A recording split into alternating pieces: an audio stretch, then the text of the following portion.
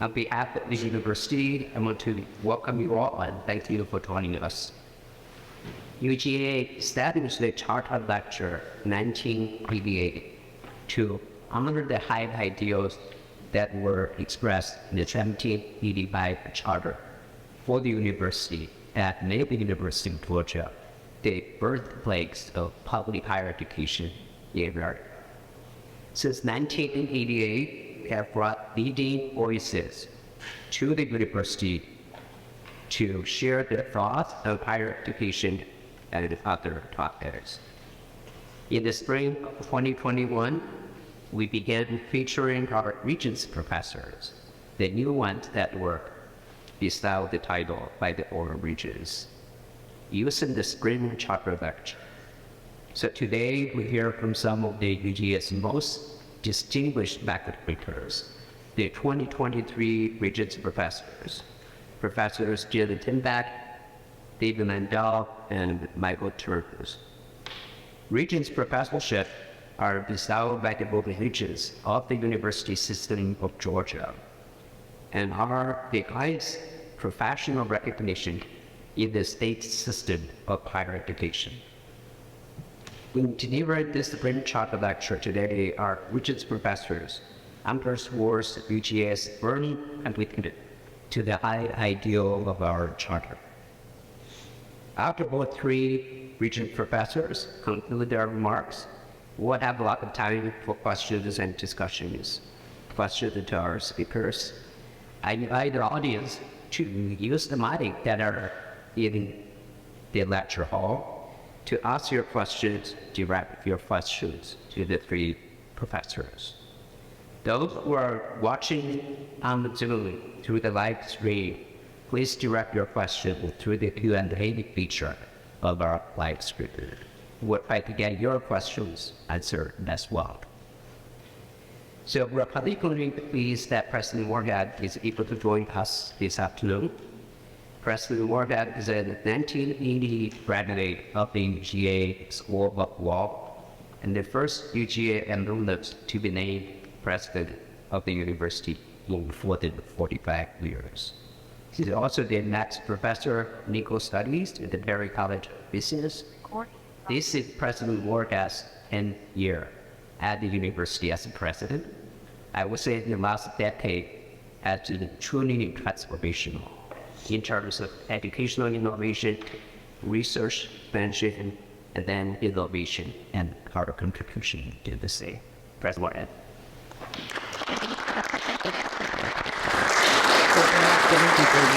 Thank you, Jack, for those kind comments. I think the reason that we've made so much progress is our ability to recruit, thanks to the provost leadership and our deans, really outstanding faculty to the University of Georgia. And I want to thank the provost's office for sponsoring this annual event because it's important that a university community, and I'm so glad that this is being carried all across the campus, is having the opportunity to learn more about our new Regents Professors. The three Regents Professors that are being highlighted today are doing research that is pushing the boundaries of their fields, it's creating new areas of inquiry, and is truly generating the kind of attention that is worthy of the important work that they are doing. They have set a bar for excellence that we look forward to other faculty members at the University of Georgia setting in the future as well. Over the years, these three outstanding professors have helped the University of Georgia build the research, mentoring, and teaching enterprise that we believe helps us attract the very best students to this institution. Doctoral student Jennifer Mathis will introduce Regents Professor Jenna Jembana. Postdoctoral Associate Ryan Catchpole will introduce Regents Professor Michael Turns, and doctoral student Stephen Hancock will introduce Regents Professor David Landau. So thank you for being with us today, and congratulations again to our 3 outstanding research and Regents Professors. Thank you.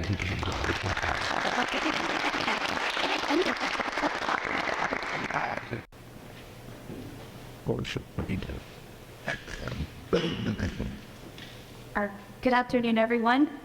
My name is Jennifer Mathis, and it's so wonderful to be here today. I'm pleased to introduce a world-renowned expert on plastic pollution, Dr. Jenna Jambek. She has dedicated her life's work to studying and understanding the impact of plastic waste on our planet's ecosystems, and is recognized as a leading authority on this critical issue.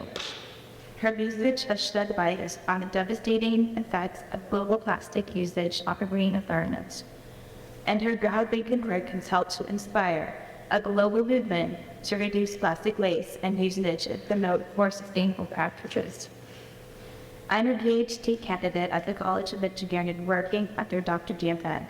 My early experiences in studying East Asian literature and language and working internationally ultimately led me to having a meaningful conversation with Dr. Jambek 7 years ago about issues around plastic pollution in Southeast Asia. This led me to pursue a Fulbright fellowship in Vietnam and dive deep into research on plastic pollution-related issues in Asia, focusing on examining the informal waste management sector and our own dumping technologies to sometimes mismanaged sites idea. This work would have not been possible without the encouragement and support of Dr. Jambek. Dr. Jambek has been an incredible inspiration for me. Her work is boundless, her passion is limitless. She leads with her heart, fostering a research team that truly believes in their work. People don't follow her work because they need to or have to. It's because they want to. I believe our group is driven by a purpose, by a cause, and Dr. Jambek sees it that way. Dr. Jambek is a Georgian Athletic Association Distinguished Professor in Environmental Engineering at the University of Georgia. She is a 2022 MacArthur Fellow, a founder of the Circularity and Pneumatics Lab at the New Materials Institute, a National Geographic Explorer. In 2019, she co-led the National Geographic Sea Force Expedition to Sanchez and currently leads the Science for the Mississippi River Plastic Pollution Initiative. She has researched solid waste issues for 25 years and the lead to grade plastic pollution for 21 years. Her work has been recognized by the global community and translated into policy decisions by the High Level Panel for the Ocean, Testimony for Congress, and G7 and G20 declarations, and the United Nations Environment Program. She has conducted public environmental diplomacy as an international informational speaker with the U.S. Department of State since 2017. She is a co-developer of this mobile app marine debris tracker, a tool that continues to facilitate a growing global citizen science initiative. The app and Civic Science program has documented the location of over 6.5 billion litter and free debris items in our environment worldwide. Later this spring, she was launching a podcast called Off the Thread, and she is the co-author of the book coming out from the MIT Press Essential Knowledge series called Plastic in August 2023. Thank you.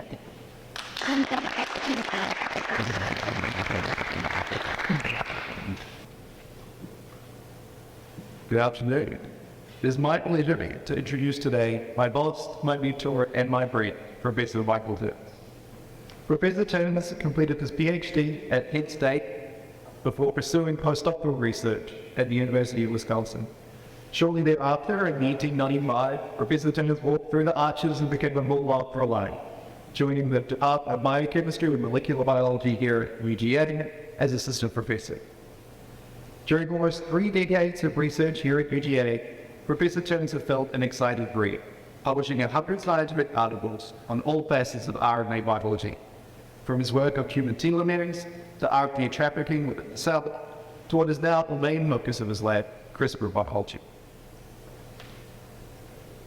Professor Turner's ability to think outside the box and his fearless approach to research has made him a pioneer in every field that he touches.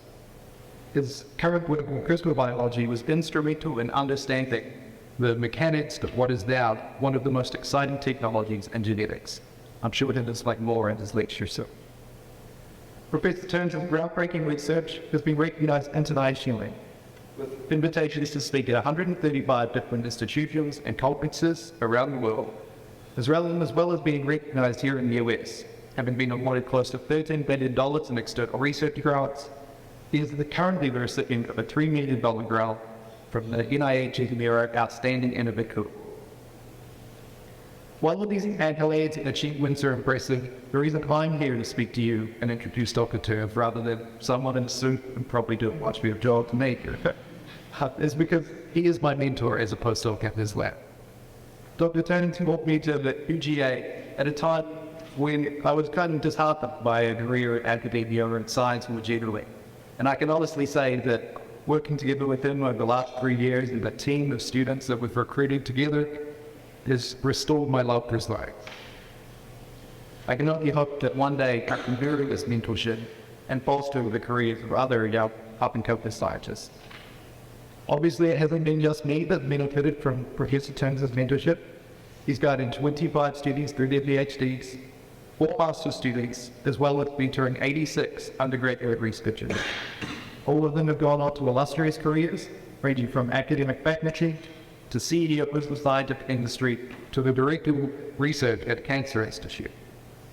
So I'm sure that the 9 other members of our lab would agree that his mentorship has been instrumental in our careers, and we're proud to Professor Turner as our mentor.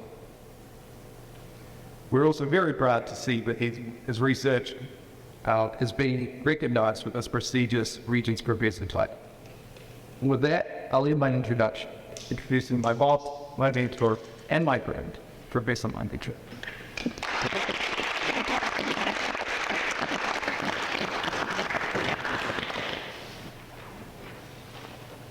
Afternoon, everyone. I'm Stephen Hancock. I'm Dr. Landau's student here. It's my pleasure to introduce him to you. Dr. David Landau, a man you need no introduction in the realm of computational physics, has been a constant fixture of both scientific excellence and delightful interpersonal relations in the University Georgia Department of Physics and Astronomy. Receiving his Bachelor in Science in Physics from Princeton University and then his PhD from Yale, Dr. Landau studied the art and science and computer simulations in physics with specializations in critical phenomena, interactive many-body systems, and condensed matter, as well as biological systems. The world of computational physics would not be the same without the myriad contributions that Dr. Landau has given to the field. Notably, the now ubiquitous Bob Landau used atoms in today to efficiently sample complex real-world systems. With 37,000 Google Scholar citations, as well as nearly 500 publications, it all feels as the student as if mine stepping on the shoulders of a giant. Dr. Landau is unique in that he is not satisfied with merely staying at cutting-edge computational physics. He goes above and beyond to ensure the health and well-being of his students, as well as the field at large. He consistently teaches courses on computer simulations at both the graduate and undergraduate level, which he instills not only the utility of computation, but moreover the importance of having a wide array of tools to tackle scientific problems. Dr. Landau organizes an annual workshop hosted here at the University of Georgia Center for Simulational Physics. This workshop is attended to by an international audience and hosted dozens of talks by established figures, as well as graduate students trying to get their feet wet. Even still, Dr. Landau finds time to help organize other prestigious conferences, such as the preeminent March meetings from the American Physical Society, as well as the conference on computational physics. Throughout all of this, Dr. Landau still makes regular efforts to meaningfully interface with the graduate students under him, going so far as to organize quarterly birthday celebrations for all students within the Center of Simulation Physics. As what could predict from the previous description, Dr. Landau and I have formed an amicable rapport with one another. With our discussions steeped in both mutual respect and lightheartedness, I've always viewed Dr. Landau first and foremost as a mentor. Not a boss, not an advisor, not a PI, but a mentor. Not to say that he isn't all of those other things when need be. It was clear from the onset that above all else, he was interested in the holistic education of the students, to not only produce good results, but to produce good scientists. As such, Dr. Lando would prioritize the process of research over simply obtaining the right answers. Summarized famously in his quote, using the computer between your ears. Furthermore, there has always been a strong emphasis on presentation skills within his guiding principle of regardless of the quality of the science, it means nothing if you're the only one who understands it. And thus the importance of effective communication, especially with those outside their field. Finally, whenever I was feeling overwhelmed or strung out, Dr. Lando would always find time to chat with me privately about my situation and what he could do to help specifically. He would even make the time on weekends or otherwise to ensure that I felt heard. For that reason, or for the reasons I've just described, and countless more, I do not have the time for. I cannot think of a faculty member more deserving of such a prestigious distinction than Dr. Lando. Thank you.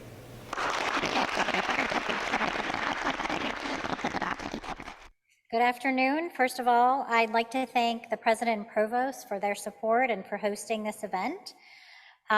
Thank you to the Board of Regents for the honor of being a Regents Professor. I'd also like to thank my Dean, Don Leo, and my school chair, Bjorn Brugensen, for their support. Thank you so much to Jenny Mathis for that kind word and nice introduction. I'd like to also acknowledge all of my team, past and present, student and staff who contribute to our work on a daily basis. It's so amazing to see them get to travel the world and fly out of the nest. And so many amazing colleagues I have the honor to work with around the world.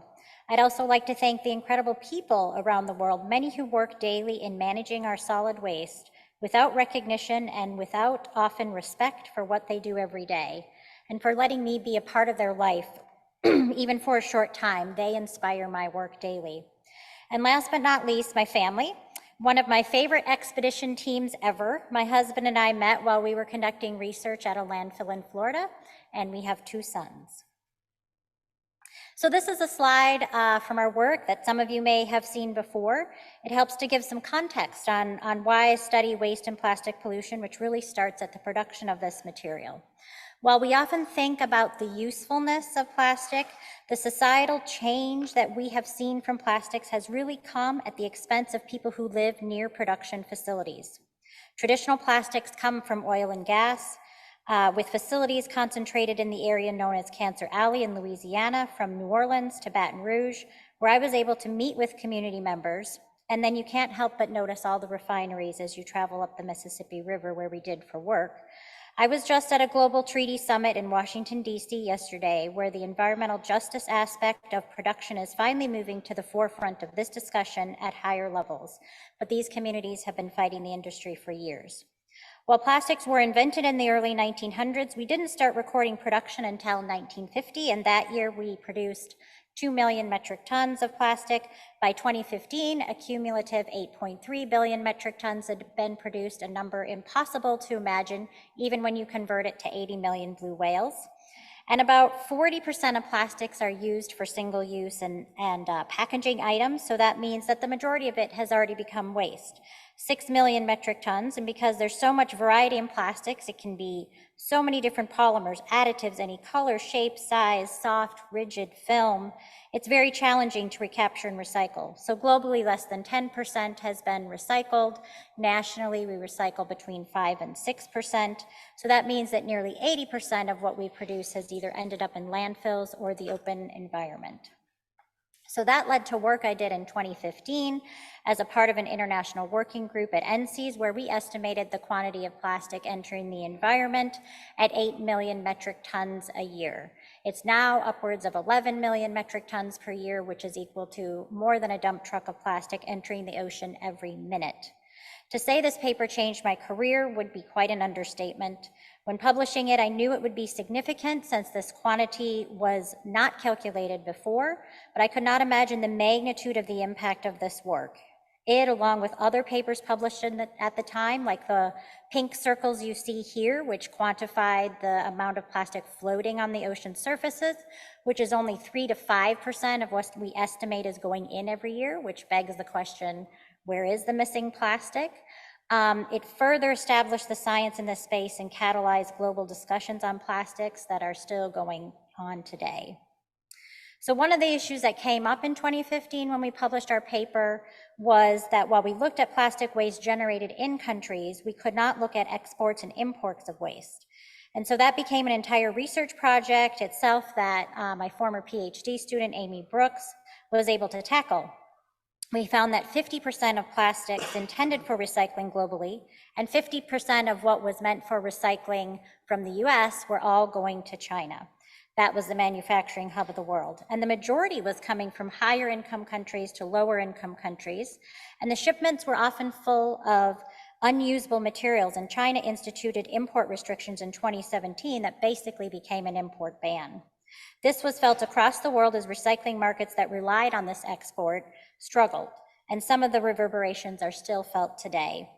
And we both had a decrease in what we exported and changed where we were exporting to, but the discovery and subsequent discussions led to amendments of the Basel Convention of the shipment of waste around the world to include plastics. So people often think of leakage of plastic as a far away thing, but there's really no away with waste. The next set of research was to look further in our own backyard in the United States for leakage. We generate the most plastic per person in the world, and so even a tiny amount of leakage is a significant number. But we found that when we also included illegal dumping and the exported material that could not be recycled, we were as high as third in the world for leakage of plastic in the coastal environment. And then in 2020, I was a part of another international working group where we looked at how to bend the curve of the 8 million metric tons entering the ocean. And we found that cleanup and solid waste management just could not keep up with the rapid pace of production of plastic. We would have to reduce plastic production in order to bend that curve. So to validate this finding, the Pew Charitable Trust also were working on similar separate but parallel research, and they came to the same conclusion. We have to reduce plastic production in the first place in order to bend that curve. And so both of these were published in Science in an issue titled Plastic Pollution. So let me just share a little story of when I wanted to go into this work. I was told to my face that nobody cared about this issue. And it wasn't called plastic pollution, it was called marine debris. And so this was accurate at the time that nobody cared in 2001, but it was definitely, I was not taken seriously when I first wanted to research this as an environmental engineer. And so to have it become its own scientific discipline and have it on the cover of Science still feels surreal to me today. So what can we do about plastic pollution? As a part of, when I was asked to first testify to Congress in 2016, I developed this intervention framework. It's not one thing, it's many things. And so we do a good bit of this work here at UGA, and I just wanted to highlight a little bit of this. A lot of my work, even though I'm in solid waste, has to do with upstream interventions to prevent waste in the first place. I also want to highlight my colleague, Jason Laughlin, who's the head of the New Materials Institute. They're working on developing materials that behave like plastic, are not made of fossil fuels, and also could biodegrade at end of life. So I also wanted to mention that this framework then became the framework that was used in our National Academies Working Group and published in the report fairly recently that we finished. Excuse me. So although we've done a lot of global work and modeling, my roots are really in communities as an environmental engineer. Some of my most recent work is centered there now. So this Circularity Assessment Protocol, or CAP we call it for short, came about when I was in some of these global discussions that you heard. They were talking about the solution to this issue is the circular economy.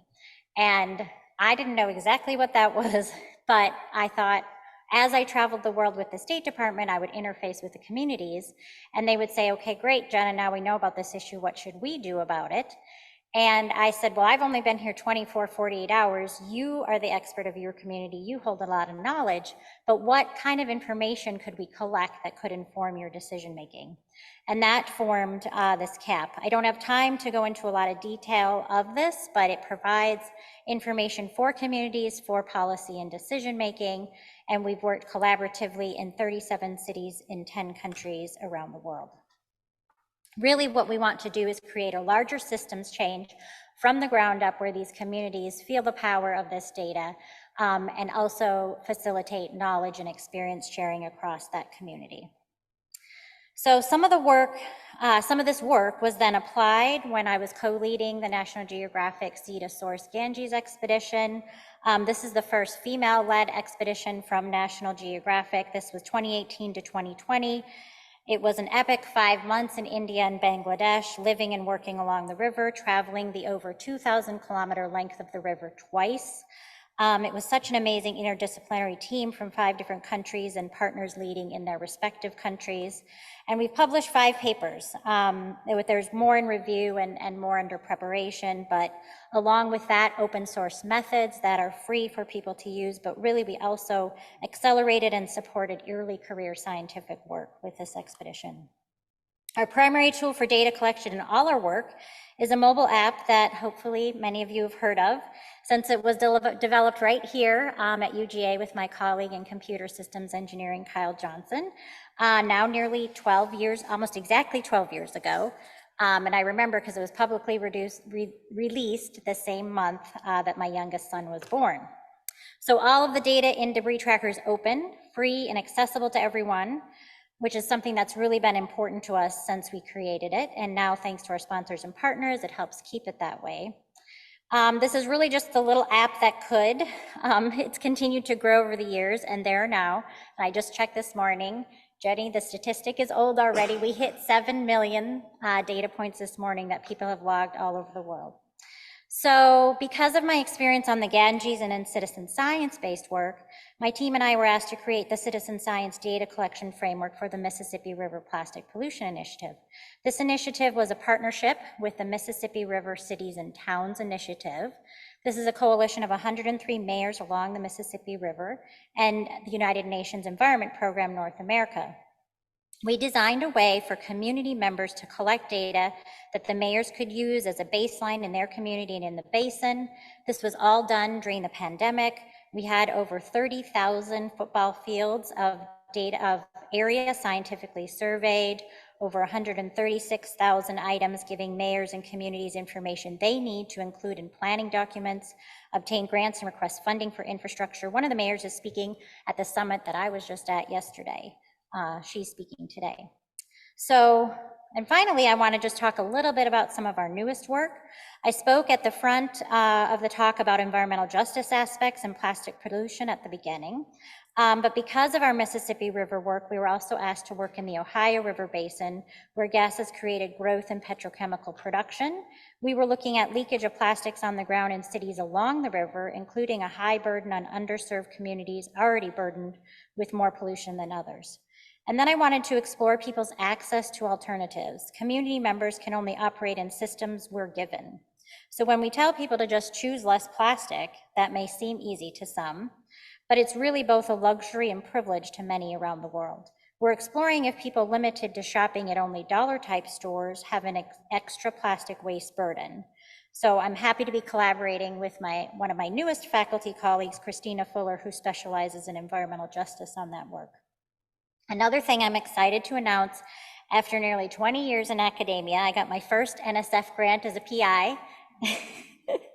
It's a Convergence Accelerator grant here with colleagues and in partnership with the University of Pittsburgh. And it's a convergence of CAP across multiple materials. So I guess there's a lesson here, and it's persistence. Success does not always come easy. It may appear so after the fact, but my experience has been that I have had to get through a lot of rejection and disregard before success ever came.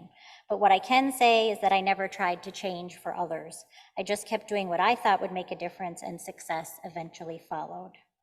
So last, I want to say thank you again to all of you for listening, to all the people working on this issue around the world, to my friends and colleagues who have supported me at UGA. There are so many amazing faculty members here that I looked up to, and I'm so grateful to work alongside. Thank you to UGA, not only for celebrating our incredible athletics, but also our academics. I was so grateful to be acknowledged on the field with President Moorhead at Sanford Stadium and have over 90,000 people who may or may not care about this issue be shown a video on my work. So, and in the last moment of optimism, is that we have gone from people literally telling me they do not care about this issue to countries committing last year to create a legally binding treaty on plastics that's under negotiation now and will be completed by 2024. And the US is actively participating, and that was why I was in DC yesterday. So I know with all the things I've shared today, we've come a long way, but in some ways, I also feel this is just the beginning. So thank you again. And now, Michael turns. Okay, I'd like to first thank Ryan for that really nice introduction. So it's a pleasure and an honor to be here today, and I'm here today to tell you about a really exciting research field that my group helped pioneer called CRISPR. And I know that some of you know a bit about CRISPR, and I'm hoping that I can expand your knowledge and your interest in this field today. So our early work in this field was just to satisfy sort of a basic curiosity, to learn how bacteria defend themselves against lethal viral attacks.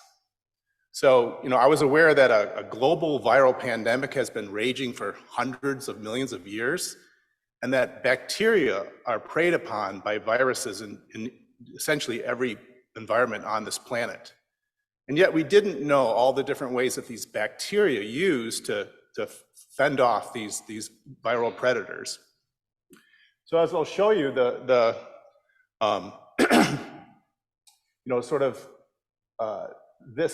knowledge that we and others obtained on this sort of very basic, very fundamental research problem led to arguably one of the biggest breakthroughs in all of science and medicine.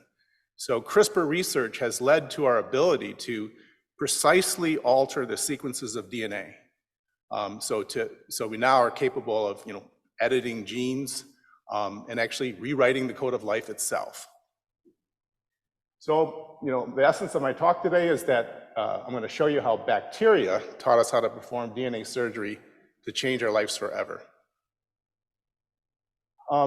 So this important discovery that a bacterial immune system could be harnessed for human genome editing earned Jennifer Doudna and Emmanuel Charpentier a Nobel Prize recently.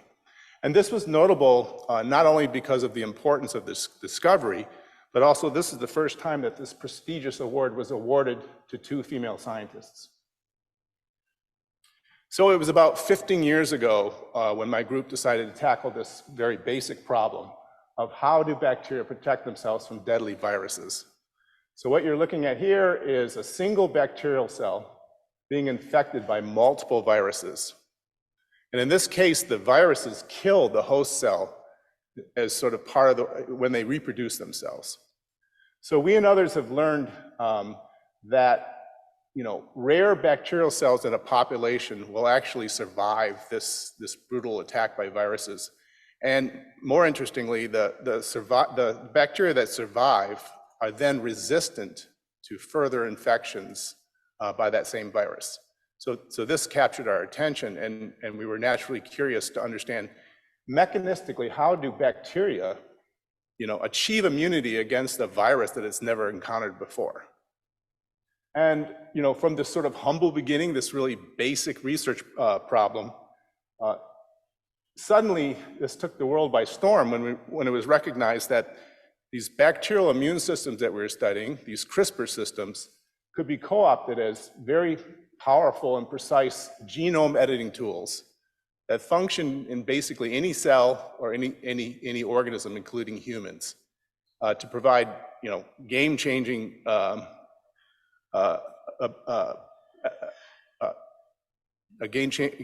impact on several broad areas of biology and biotechnology and medicine. So this slide shows you what we and others have learned about how a bacterial cell uses a CRISPR system to fight off a virus infection. So what we've learned is that a CRISPR system acts first by acquiring short DNA sequences from the viral DNA, and this is the remarkable step. It then integrates the viral DNA into its own genome at a particular location, and that's just called the CRISPR locus. So all these colored sequences are reflective of pieces of viruses that bacteria encountered in its lifetime. The next step is that this information that's encoded in this CRISPR locus is then used to form small RNA protein complexes. These are immune effector complexes. And the function of these complexes is to patrol the cell, looking for that viral DNA, and then it seeks out and destroys the viral DNA, and that blocks the infection. But more importantly, what it does is it prevents that bacteria from recurrent infections by that same virus. So I know that's a lot to take in, but a CRISPR system is used by a bacteria to memorize and vaccinate itself against its viral foes. And remarkably, that immunity is then passed on to its offspring and to the future generations of that organism. So this is a enviable superpower that these microorganisms have that we don't have. So we now know that there are over 30 different CRISPR-Cas systems, each having their own different properties. But the sort of the applied work that I'll be describing to you next has mainly focused on just one of the simplest CRISPR-Cas systems. It's called the CRISPR-Cas9 system, and some of you may have heard of this before. It was the first one to be converted into a genome editing tool. So then with sort of molecular tinkering, we've now been able to make CRISPR-Cas9 systems capable of either editing genes or controlling the expression of genes. And so there are systems that can add or remove a gene from a genome or alter the sequence of the genome. For example, correct a mutation that causes a genetic disorder. And on the other hand, there are systems that can predictably turn on or turn off a gene of interest. And so what we've been able to do is sort of take weapons that bacteria normally use to combat viruses and then repurpose these weapons into powerful research tools that are capable of basically editing any genome or turning on or turning off the expression of any gene. And the remarkable thing is these bacterial immune systems work in just about every cell type and every organism that we've looked at, including humans. So this is just a sort of a partial listing of the organisms where it's been documented that these CRISPR-Cas9 systems function. And you can see it ranges from sort of single cell microorganisms onto very complex organisms like plants, including the crops, through all of the major model organisms that we use to study biology, and then onwards and upwards to us, to humans. So we're definitely in the midst of what I call a CRISPR craze, and we're just now understanding the potential of these powerful tools and CRISPR technologies. So CRISPR technologies have already made revolutionary advancements in sort of three broad areas: biology, medicine, and biotechnology.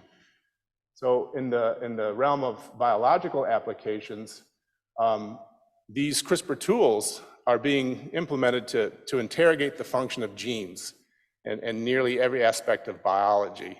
And this application alone is being carried out by researchers across the planet, and it's making huge advances in all aspects of life sciences. Another important application in the realm of biology is these CRISPR systems are making it quite easy to generate animal models to study the causes and cures of human disease. In medicine, as I'll show you, that many large companies have emerged with the goal of using CRISPR therapeutically to treat genetic diseases. And maybe you've heard things in the news about really important recent results showing that certain patients with blood disorders like sickle cell anemia and thalassemias and certain cancers are actually being treated by these CRISPR technologies. Another, I think, really exciting application is there's a push to make new or second generation antibiotics and antivirals using these CRISPR technologies. So that will help with the infectious disease is so rampant. And then there's the real success story is these CRISPR systems have been converted into diagnostics where you can look at a patient's fluids and find out whether that patient has a virus like COVID. There's COVID tests that are CRISPR-based, or if there's bacterial pathogens or cancers. There's huge applications in the biotech sector. Just to name a few, CRISPR is being used for crop production and to engineer the domesticated bacteria and microorganisms that we use to produce food and pharmaceuticals and biofuels and other bioproducts. So there's a lot going on here. So this slide just shows you, again, a partial listing of the companies that have sprung up over the years recently. And each one of these companies has its own sort of application, ranging again from human therapeutics, molecular diagnostics, production of the next generation antibiotics. So clearly, CRISPR has resulted in some really powerful research tools. It's resulted in some really powerful technologies. And of course, with great power comes great responsibility. And so we can all hope that these new technologies will be properly regulated and used, to advance human health and to provide other sort of mutually agreeable societal benefits.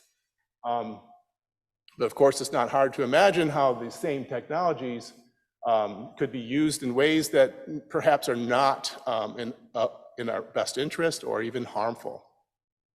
And then it's sort of sobering to me, at least, to think that the US has recently added CRISPR to the list of threats posed by weapons of mass destruction.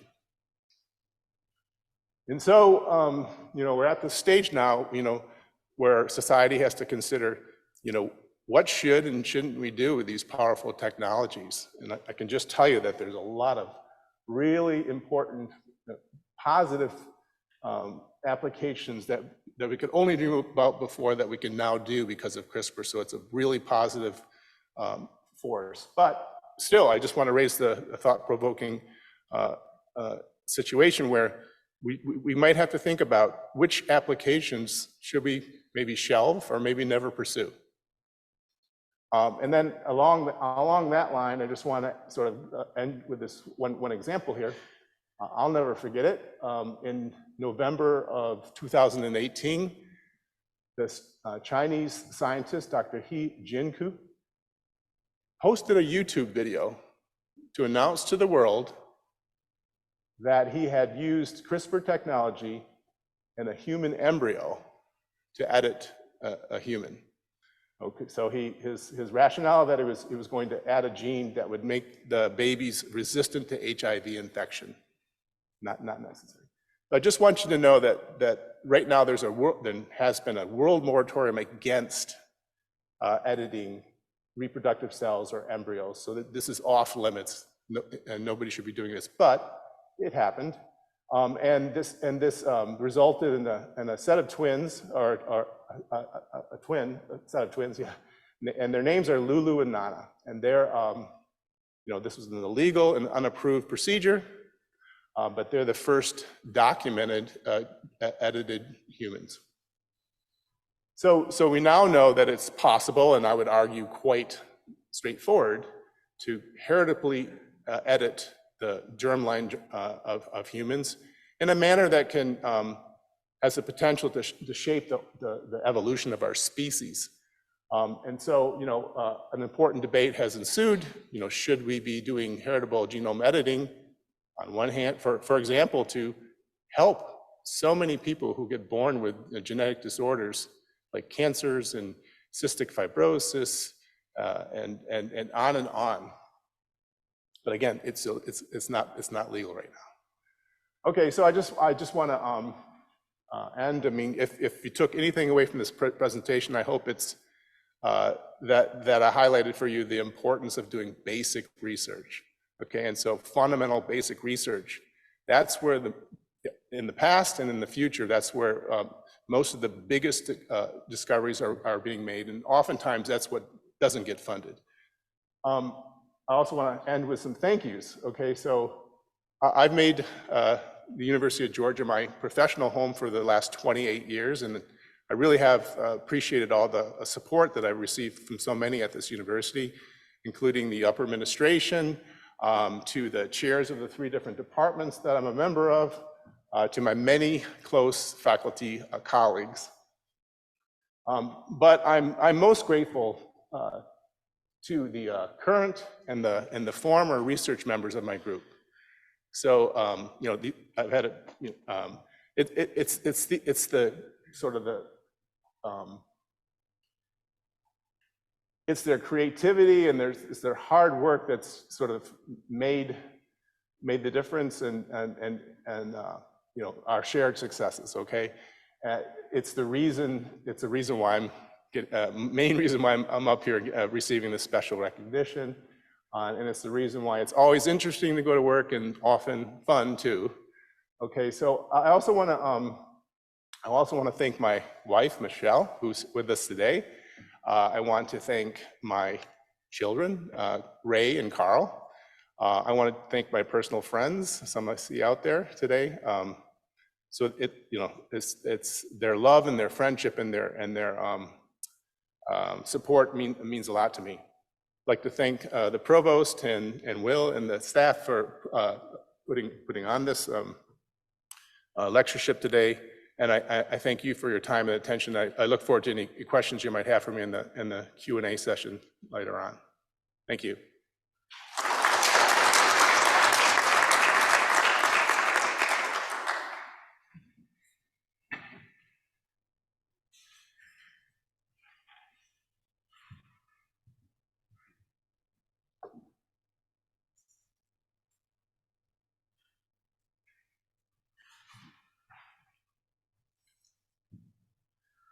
I am deeply grateful for the special professorship and for the opportunity to address you today.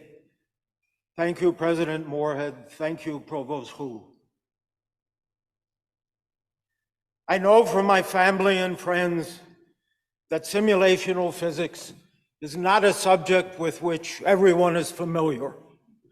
So I thought I would spend a little bit of time today telling you a bit about simulational physics before I talk a bit about the sorts of things that I have done. The Center for Simulational Physics has been at the forefront of this area for many decades. Many of you know the apocryphal story of Isaac Newton and the apple and his famous equation relating forces on an apple and the mass of the apple. This is one of the few equations that I've seen scrawled on the walls of the metro in Paris.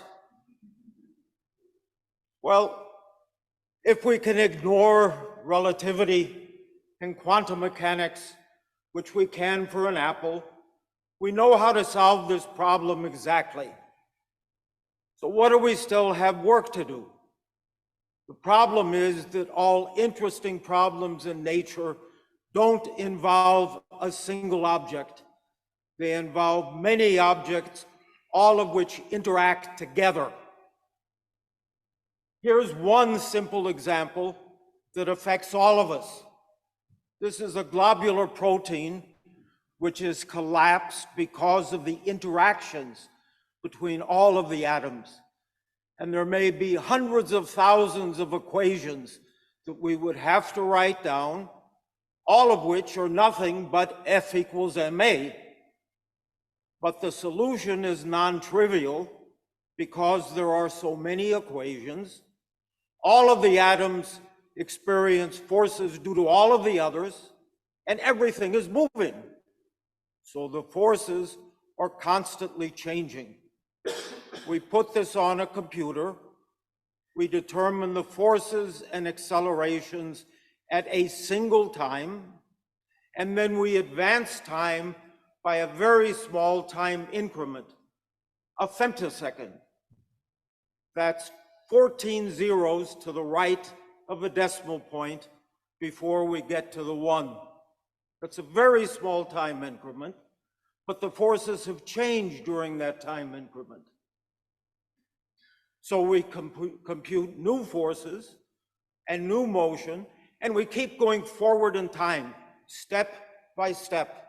But this is a very, very complicated process because of all of these different interactions.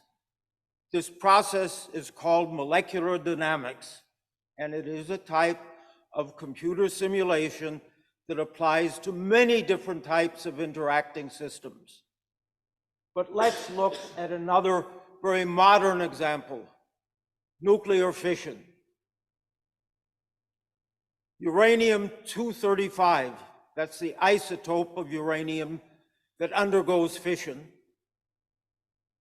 releases a little over 10 to the minus 11 watt-seconds of energy. In case you don't know what 10 to the minus 11 watt-seconds of energy feels like, well, it's 1,000,000 times less than the amount of energy that's released when a hair falls from your head. As you can see, I've released a lot of energy already. That's not very much energy. So why is everybody concerned about nuclear fission? Again, it's not one nucleus undergoing fission. It's what happens when many nuclei undergo fission. So what does the nuclear fission process look like that gives rise to a nuclear explosion? It looks schematically like this.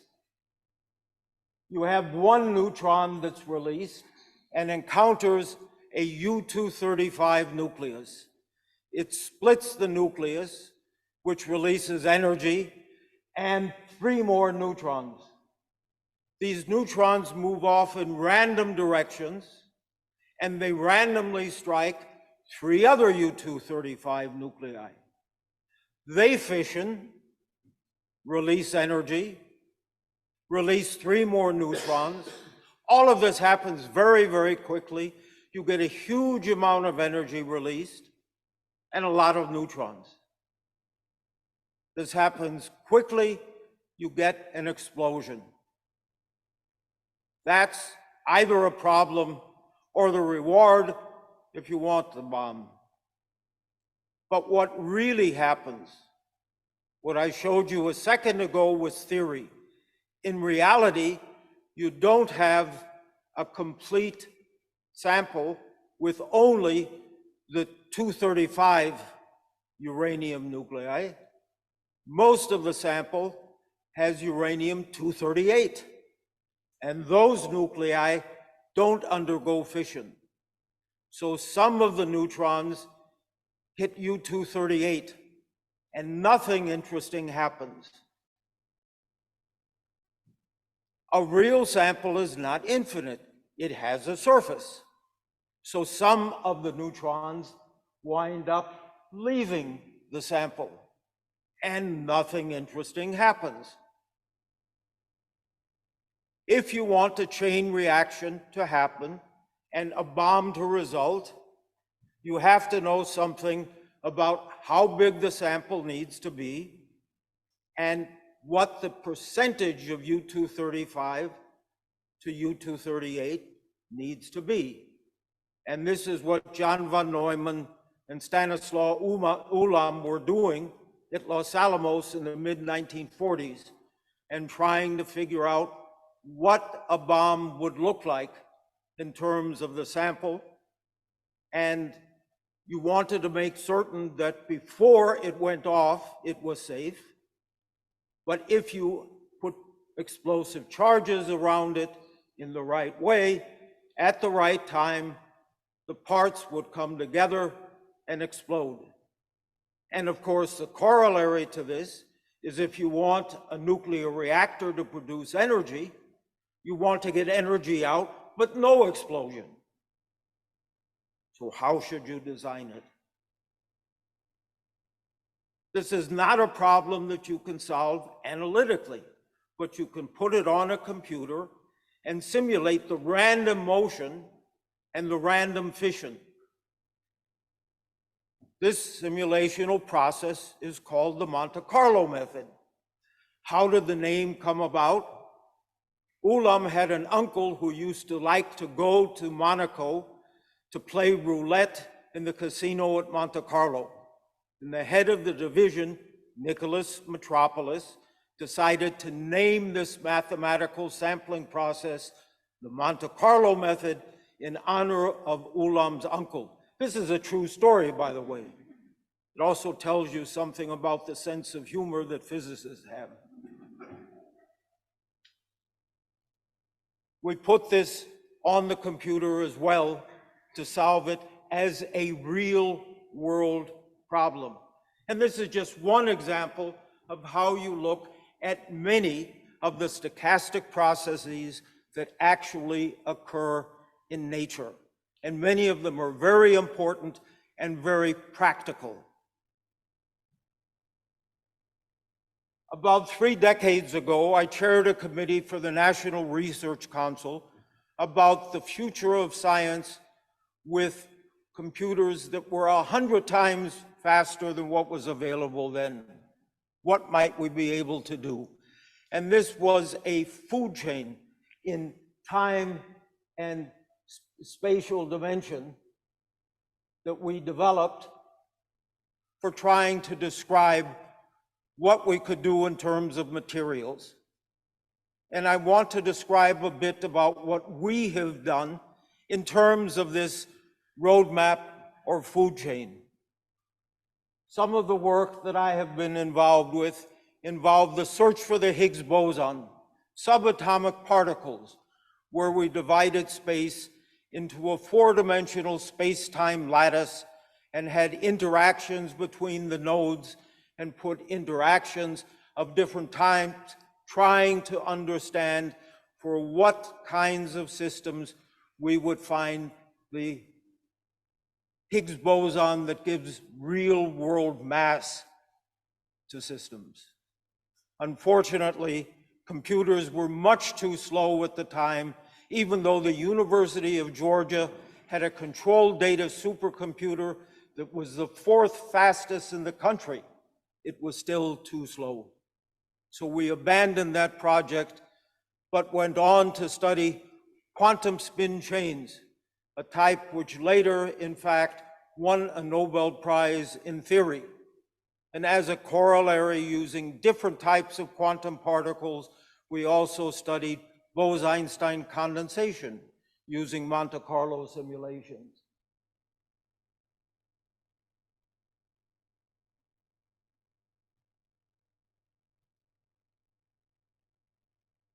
On a longer length scale and time scale, we've also simulated what happens due to interactions in polymers and biopolymers, which may be distended at high temperatures and tend to collapse in very special ways as the temperature is lowered. And we're interested in characteristic universal type behavior, not in what happens in a very specific type of polymer or protein. We've also looked at many types of hard condensed matter.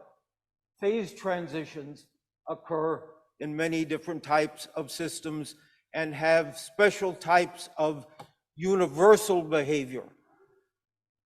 One of the systems that I looked at for my PhD experimental studies had a magnetic phase transition at 2.5 Kelvin. And it turned out the mathematical description was the same as for argon, which liquefies at 80 Kelvin. Why? This is mathematical universality and something that we also studied using computer simulations. 25 years ago, a very bright young woman from Barcelona walked into my graduate course and announced that she was from the horticulture department. Could she sit in on my course? Of course, I agreed. Afterwards, she asked if I would be her co-advisor. I am now the only physicist I know who has studied elementary particles, magnetic phase transitions, and is published in the Journal of the Horticulture Society of America. She, by the way, is now president of Berez International in Barcelona. In order to do all of this, we did some methodological developments. We developed a technique called a random walk in energy space with a flat histogram. Our colleagues didn't like that name. They started calling it Wong-Landau sampling. Fu Gao Wong was a graduate student who was involved in this work. He is now internationally famous. There is, by the way, a Wikipedia page with that name. We were not the ones who started it. And we have looked at a wide variety of different problems. There are well over 2,100 citations in the Web of Science, and here is a brief list of the different topics that range from polymers to alloys to epidemiology. And if you look at the last one, if you need repairs done on your automobile, perhaps the cost has gone down because of Wong-Landau sampling. This is just a smattering of the titles of different papers that have used Wong-Landau sampling, and it may not be the best group.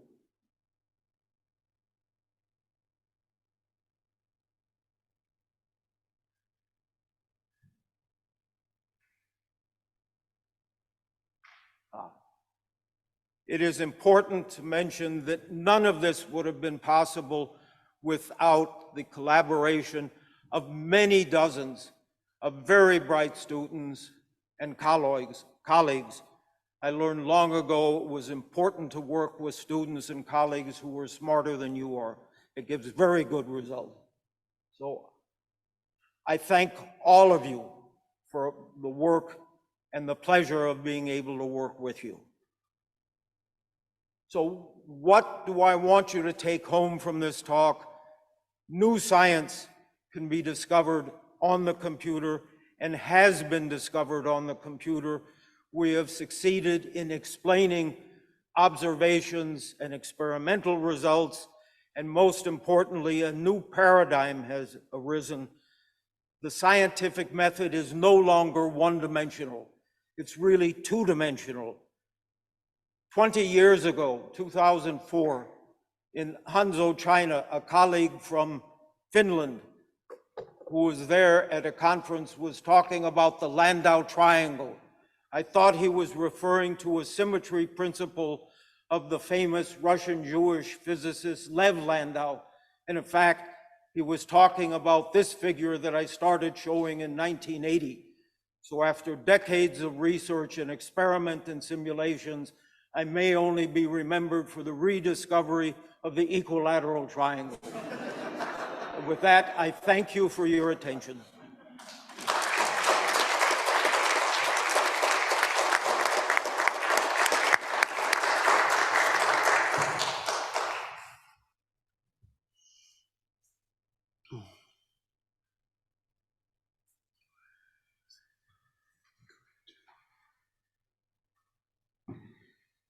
Okay, I want to thank our speakers, and Jenna Jimback, Michael Turns, and Dave Landau. I always believe that outstanding researchers are also outstanding teachers. I think you can see that from our 3 newest Regents Professors. Their lectures are insightful, they are great instructors from that perspective. Before we go into our Q&A, I want to recognize a 2022 Regent Professor who is in the audience, that's John Drake. John is a professor in the Oldham School of Ecology. John, do you want to stand up so that we can all see you?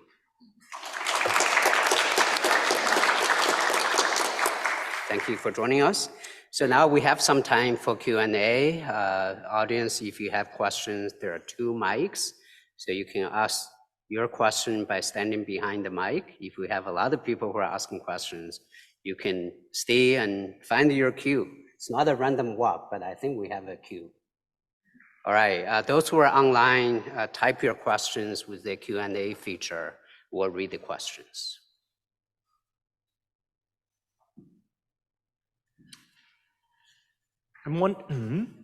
Okay, so maybe introduce your name, Steve. Yeah, you can start. Yeah. My name is Stephen Lewis. I'm a professor of physics and astronomy.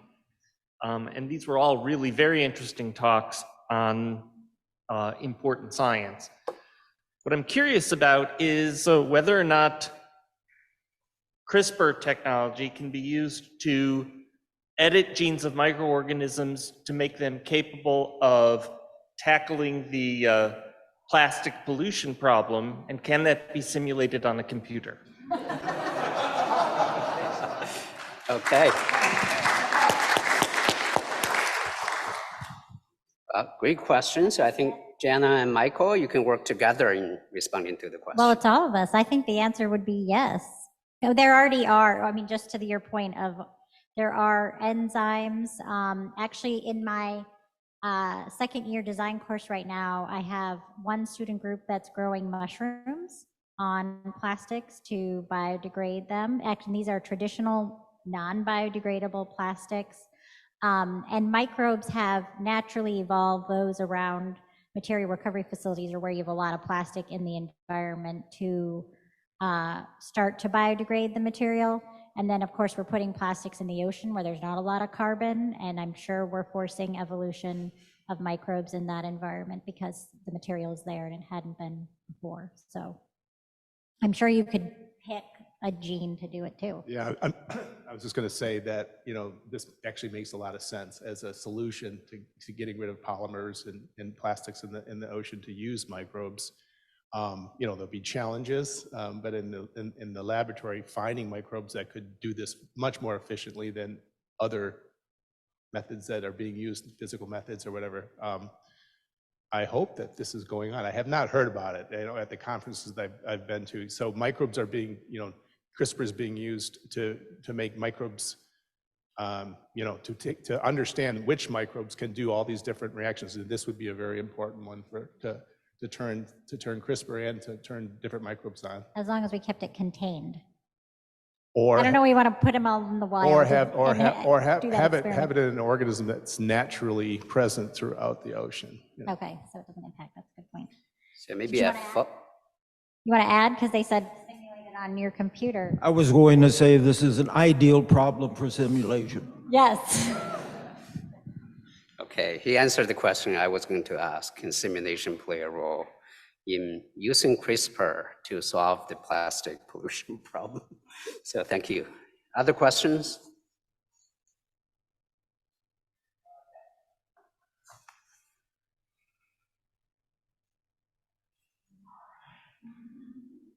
How's it going? My name's Jimmy Sargent, grad student with the physics department. Do you know if China has any plans to potentially reconsider their import ban for recyclables? And if so, will that have any meaningful impact on the plastic leak problem?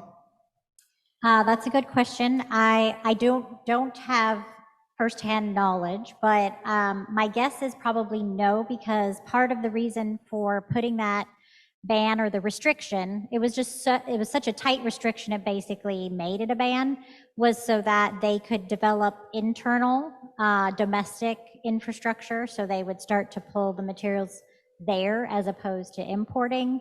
And also, to be honest, they also ended up outsourcing some of that secondary sorting and processing to other countries, building facilities there where there was also more waste, and then importing the plastic pellets themselves, which was just kind of easier. So I don't see why they would turn back from that decision. Good question though. Oh yeah, and I also had a question about, you had mentioned, or not you, about CRISPR. You had mentioned a worldwide moratorium on gene editing of humans. Who's in charge of placing that moratorium and enforcing it against any bad actors? Yeah, of course, it's hard to every country has their own sort of laws, but this is sort of, there's been the leaders and conferences where this topic has been discussed, and then like the Proceedings of National Academy study this, and then they come out with the recommendations. So these are recommendations that have been happening many different entities across the world, and so it sort of is the general law, but I mean, every country will have its own set of laws. And of course, how do you enforce this, right? So during in vitro fertilization, which is happening all over the world, right? You add just one extra gene, you could edit the human being. So, you know, but that's the thing. You know, regulation is always going to be difficult. But I think, you know, the pressure that you put on people that do that. So, for example, this scientist I talked about ended up in jail. Okay, of course he just got out of jail, and he now has a position, according to, you know, Twitter. He now has a position doing genome editing in Beijing, but not of, he's learned this lesson, according to him, not on human embryos. And there's no specific committee that would be in charge of making exceptions to the rule for the cases of specific ailments and diseases? I'm sorry, can you state that one more time? So there's no central authority that would have the power to say make an exception to this moratorium for a very specific disease that could be prevented in humanity? So I think we have to appreciate this is sort of early days using CRISPR therapeutically. You know, there's so many applications that are going on, you know, outside of therapy. But in terms of therapy, you have to kind of walk slowly. And editing of genes in adult organisms and not reproductive cells, it doesn't get passed on to the next generation, is happening right now. And pretty exciting with some pretty exciting applications. So I think you're going to see, you know, germline editing may never happen, or if it does happen, it's because of lots of successes treating patients that have genetic diseases, and so that after the editing, it's going to stay with that person and not go on to the next generation. Understood. That makes sense. Thank you. Okay, other questions?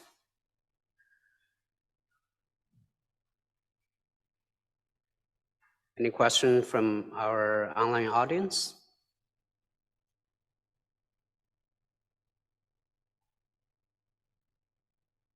Are you going to the mic? Okay, so yeah, we have one. Thank you for those talks. That was amazing. Anna Abraham, the director of the Torrance Center. I have a couple of questions. One common question that I noticed that Professor Jambeck and Professor Turns pointed to, perhaps Professor Landau, you have the same experience as well, but both of you mentioned funding-related issues that I found fascinating, that you found it hard to get this kind of research funded, or that you've got your first NSF, which is kind of amazing to me. So I was wondering if you could comment a little bit about perhaps the blind spots of research funding in the country, and what, first of all, your experiences of it over these decades, and where does it work and where does it not work so well, and how each of you have persisted in doing it despite the lack of perhaps funding when you needed it most. Yeah, thank you. That's a great question. So I've had I've had a variety of funding. I would say, I guess my advice on some of that would be to diversify as much as possible. That's at least how I had success. So it doesn't mean I took funding from like anyone who wanted to give me money. So I think you need to figure out what entities that you would want to take resources from. But from that, I've taken from foundations, government funding when possible. But my work has sort of interesting, like you were talking about basic science not being funded. I was like, mine's really applied, and I have trouble with that. And so I think maybe if you're maybe at ends of that spectrum, like you were talking about, that might be hard. But so yeah, so I mean, my work I think was very applied for NSF. So until there was something, and I mean, they literally told me my stuff was outside the boxes that they had. But I had funding from NOAA and EPA. So one thing that happened is the Marine Debris Program, the federal program, started in 2006. So right sort of when I started academia, I was a research professor at the University of New Hampshire initially. So I was able to, I mean, this whole issue has just been forming. So that's also part of my challenge. So yeah, I think, I don't want to talk too long so that other people can add to this, but I think diversifying, and actually a lot of foundations, I've had probably more foundation work than maybe others, and I think maybe that's illustrates issues that are maybe more applied and are working towards changing something in society. So Hope that helps. Was this question for us as well, about how to get funded and how to navigate funding? This is the kind of work that doesn't get funded. And I was kind of struck by that, given how important all of your work obviously is. So I was wondering where that idea. So you're probably not going to like my answer. Yes. I've been continuously funded from the NIH for my whole career, and I've just followed the science that I find interesting, and I've never catered to sort of what everybody thinks is sexy. I think by the time, you know, something happens that's of interest to a big field, everybody's going for that. And so one way you might not get funded is because people that are better than you got there first. So, I mean, I've been lucky, right? So we've been just following, you know, our science and just making compelling cases to the right agencies. I think the agency that you apply for, you know, is really important. There has to be a match, and you can talk to program officers to say, you know, this is our idea, and they might even say, you know, help tweak your project so that it will be something that will be favorably reviewed by review panels. I think mentorship, just you know, talk to people about what your science is, and then find connections to the right agencies. But like I said, you know, too many people, oh, CRISPR's cool, let's go. Well, there's a lot of people already doing that work, and so it'd be hard to break in. That would be one way that you might not be funded. Other than that, as you said, you know, persistence. Just keep trying, and have people help you. People who've succeeded help you write the proposals. Professor Lando, can I ask one question to you as well, which is about the simulation? And I thought it was fascinating what you said to us, but would you comment a little bit on simulating for future possibilities, given things, considering, for instance, something like ChatGPT coming into our world? Could you? Talking about AI? Where can you, what are the applications of simulations to think about the effects of ongoing systems now, things that have changed in the landscape now, in the way that we work? Could you use your technologies, or are there people using to say, well, new technologies that enter into our world, such as CRISPR and so on, we can see what are the impacts going to be perhaps 10 or 15 years from now? So could you simulate for potentially what the potential future might look like? We are constantly looking for new techniques that can accelerate progress, and it turns out that machine learning does offer opportunities if used wisely. And one of those that seems to be particularly useful is in techniques for trying to determine the interactions on the atomistic scale that normally have been determined in the past through the use of quantum mechanical calculations. These are very sophisticated and very time-consuming, but it turns out that with machine learning, you can bypass a lot of that and get results that are not as accurate, but are satisfactory and much cheaper in terms of the intellectual and computer effort that you need. I think some of this ties into the earlier question about getting funded, in that it simply is important that you keep a very open mind about the kind of science that you want to do. Not to chase grants, but at the same time realize that there is lots of interesting science to do, and some of it is fundable and some of it is not. And if you are looking for new science to do, and there are different projects that interest you, it is advantageous for you, your students, and your university to look at opportunities that are fundable. But I will say my experience over decades has been that funding is sort of a biased Monte Carlo effort, with a certain amount of uncertainty simply due to who winds up reviewing your proposal. And I've had proposals reviewed where two different reviewers would take completely different views of portions of the proposal. So who was right? Well, obviously the reviewer who liked what I wrote. Okay? But if I had had one reviewer and not the other, a proposal would have been funded. And in the reverse case, it would not have been funded, but it was the same proposal. So you have to develop a little bit of a thick skin in that regard. And I've had many proposals accepted, and I've had some that I thought were just as good that were not.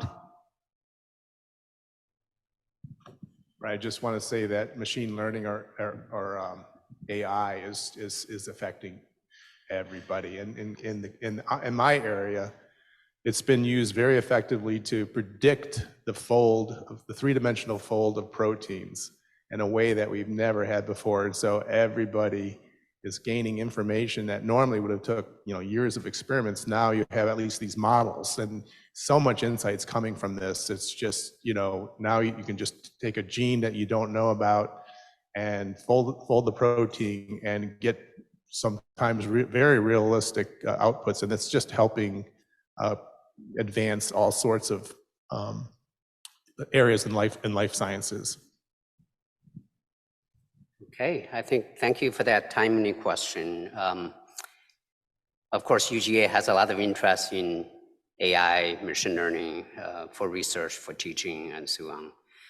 But the SEC is hosting a generative AI symposium that is scheduled for April 14th. So if you're interested, look up the website from the Southeastern Conference. It's SECU. So that's the academic affairs, academic programs under the SEC. But to answer a specific question in terms of AI for simulational physics, I think maybe I can add two particular points to that. So simulation start with first principle physics. So you have complex equations, differential equations, partial differential equations. Perhaps AI can play a role in the translation of that into some numerical code, right? From an equation to a code, you need translation. Secondly, I think now there are generative AI that help you write the code. You input a prompt, and then they will write the code for you. So the two can be integrated for simulation. So AI, I think there's the traditional artificial intelligence, which is machine learning, neural network, and so on. But the hottest topic today is generative AI, which is very much conversational.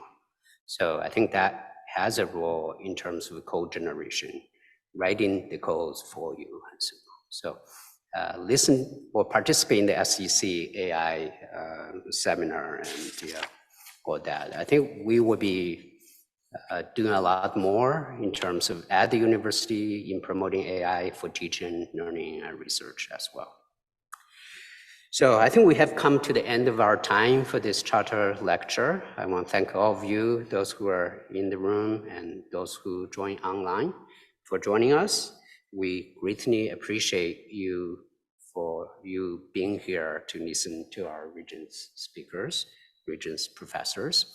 Again, congratulations to all of you and for your outstanding contributions to scholarship, research, and commitment to teaching and services. Of course, I want to thank President Moorhead for being here, for introducing our speakers, the student speakers this afternoon.